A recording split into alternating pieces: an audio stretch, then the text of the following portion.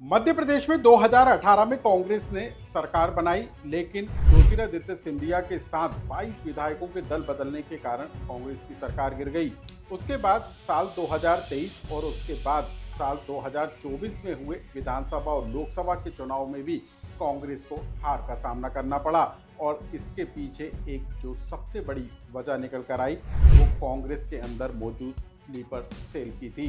कांग्रेस के अंदर कांग्रेस को नुकसान पहुंचाने वाले स्लीपर सेल को लेकर पार्टी खासी परेशान थी, जो अक्सर चुनाव के दौरान पार्टी को नुकसान पहुंचाने का काम करते हैं। और ऐसे ही स्लीपर सेल की पहचान करने की जिम्मेदारी टीम राहुल को सौंपी गई। राहुल गांधी ने इसकी जिम्मेदारी मध्य प्रदेश में 50 जिलों में पर्यवेक्षकों को नियुक्त कर उनको सौंपी और उसके बाद शुरू हुआ मध्य प्रदेश में कांग्रेस पार्टी का सबसे बड़ा खोजबीन अभियान, जिसके जरिए कांग्रेस पार्टी के पर्यवेक्षकों ने 50 जिलों के 230 विधानसभा सीटों में पहुंचकर इस बात का रिपोर्ट निकालने की कोशिश की कि आखिर मध्य प्रदेश में कांग्रेस पार्टी के अंदर के ही वो कौन से चेहरे हैं जो पार्टी को नुकसान पहुंचाते हैं। और अब इसकी रिपोर्ट बनकर तैयार हो गई है।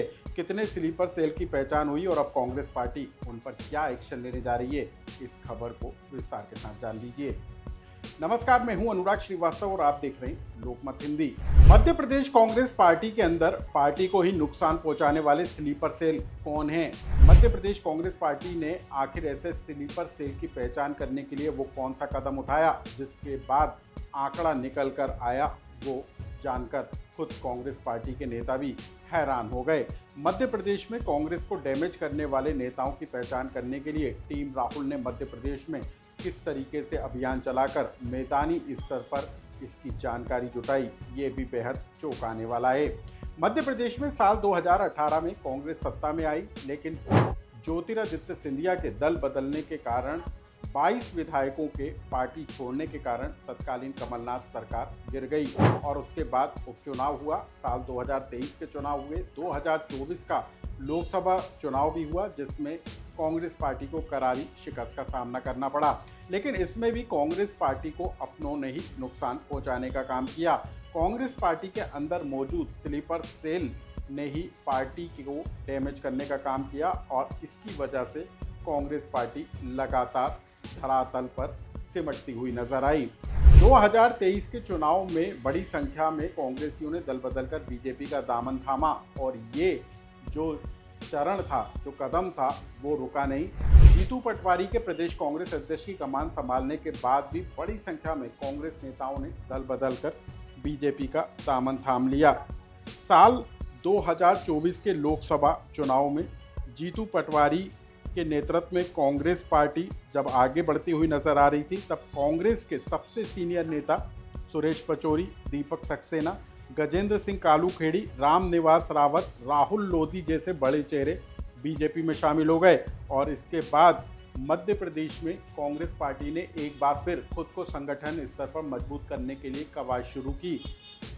टीम राहुल के निर्देश के बाद मध्य प्रदेश में कांग्रेस के संगठन सृजन के लिए अभियान चलाया गया और इसके लिए पार्टी ने प्रदेश स्तर से लेकर एआईसीसी स्तर तक पर्यवेक्षकों को नियुक्त किया, जो सभी 230 विधानसभा सीटों पर पहुंचे। कैसे संगठन को मजबूत किया जाए, इसको लेकर रायशुमारी हुई, मंथन हुआ, बैठकें हुई। लेकिन इसी के साथ एआईसीसी के पर्यवेक्षकों ने उन नामों को भी तलाशने का काम किया जो अक्सर चुनाव के दौरान कांग्रेस पार्टी को नुकसान पहुंचाते हैं। कुछ कांग्रेस पार्टी के अंदर मौजूद नेता ऐसे हैं जो चुनाव के समय पार्टी को ही नुकसान पहुंचाते हैं और उनकी पहचान कर एक सूची तैयार की गई। जो आंकड़ा निकल कर आया वो बेहद चौंकाने वाला है। मध्य प्रदेश कांग्रेस के अंदर पूर्व विधायक, पूर्व मंत्री, पूर्व सांसद, पूर्व जिला पंचायत अध्यक्ष से लेकर पूर्व महापौर और प्रदेश कांग्रेस संगठन के जुड़े पदाधिकारी और जिला अध्यक्षों तक के नाम जो है मध्य प्रदेश में डैमेज कंट्रोल करने वाले नेताओं में सामने निकल कर आए और कांग्रेस पार्टी के सूत्रों के मुताबिक 200 से ज़्यादा ऐसे बड़े नेताओं की पहचान पार्टी को हुई है जो अक्सर चुनाव के दौरान पार्टी को नुकसान पहुंचाने का काम करते हैं। और ऐसे स्लीपर सेल की सूची अब कांग्रेस पार्टी ने तैयार की है और बताया ये जा रहा है कि ये सूची कांग्रेस राहुल गांधी की जो टीम ने मध्य प्रदेश में आकलन किया, जिसको खोजबीन की, उसकी सूची बनाकर एआईसीसी को सौंप दी गई है और इसमें अब पार्टी कोई बड़ा फैसला लेने जा रही है। अब हम आपको बता दें कि मध्य प्रदेश में राहुल गांधी 3 जून को आए थे। कांग्रेस के संगठन सृजन अभियान में वो शामिल हुए थे और उसके पहले ही कांग्रेस पार्टी ने 50 जिलों में पर्यवेक्षकों की नियुक्ति कर दी थी। राहुल गांधी ने भोपाल में आकर ये भी कहा था कि अब कांग्रेस पार्टी के अंदर रेस वाला घोड़ा, शादी वाला घोड़ा और लंगड़े घोड़े की पहचान करनी होगी और इसी के बाद ताबड़तोड़ पर्यवेक्षकों ने विधानसभा स्तर पर पड़ताल करना शुरू कर दिया और उसके बाद जो नाम निकल कर आ रहे हैं उसमें बताया जा रहा है कि 200 से ज़्यादा ऐसे कांग्रेसी नेताओं के नाम निकल कर सामने आए जो किसी न किसी पद पर रहे या फिर पद पर मौजूद हैं और पार्टी को नुकसान पहुंचा रहे हैं। क्या कहा था राहुल गांधी ने, पहले आप उसे जानिए। एक हुआ बारात का, दूसरा हुआ रेस का, एक तीसरा भी होता है। कौन सा होता है? लंगड़ा घोड़ा। अब हम आपको बता दें कि मध्य प्रदेश कांग्रेस पार्टी ने ऐसे नेता और ऐसे कांग्रेसियों के खिलाफ एक्शन लेना शुरू कर दिया है जो पार्टी विरोधी गतिविधियों में शामिल हैं और इसकी शुरुआत पूर्व मुख्यमंत्री कांग्रेस नेता दिग्विजय सिंह के भाई लक्ष्मण सिंह को हटाकर पार्टी ने किया। लक्ष्मण सिंह को पार्टी विरोधी बयानबाजी के चलते 6 साल के लिए पार्टी से निष्कासित किया गया है और ये कांग्रेस पार्टी का शुरुआती कदम माना जा रहा है। माना ये जा रहा है कि आने वाले दिनों में कुछ और बड़े एक्शन कांग्रेस पार्टी के नजर आ सकते हैं।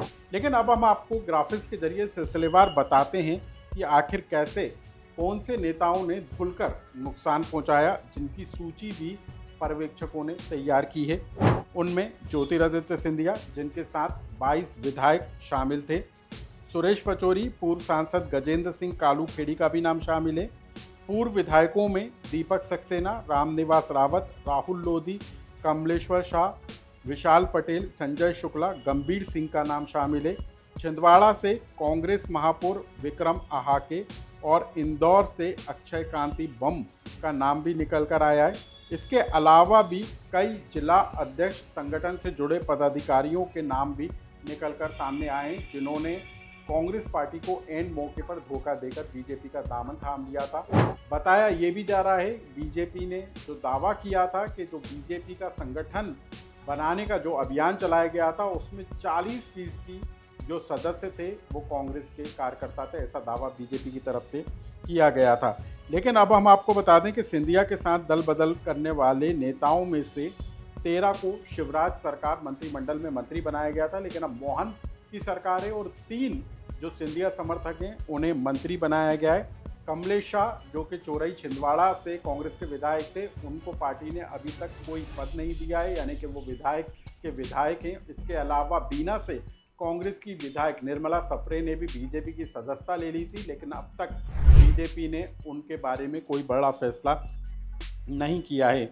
ऐसे में अब कांग्रेस पार्टी ऐसे नेताओं की सूची तैयार कर बैठी है जो कांग्रेस को छोड़कर बीजेपी में शामिल हो चुके थे और दोबारा कांग्रेस में आने के लिए इंतज़ार में हैं, कतार में हैं, और साथ ही ऐसे नेता जो कांग्रेस पार्टी को पार्टी के अंदर रहते हुए नुकसान पहुंचाने का काम कर रहे हैं, उनकी सूची अब पार्टी ने तैयार कर ली है और अब इंतज़ार इस बात को लेकर किया जा रहा है कि क्या टीम राहुल की बनाई गई सूची पर क्या राहुल गांधी कोई बड़ा एक्शन लेंगे, क्या उन्हें पार्टी से बाहर किया जाएगा या फिर उनको समझाइश देकर संगठन में महत्वपूर्ण जिम्मेदारी दी जाएगी।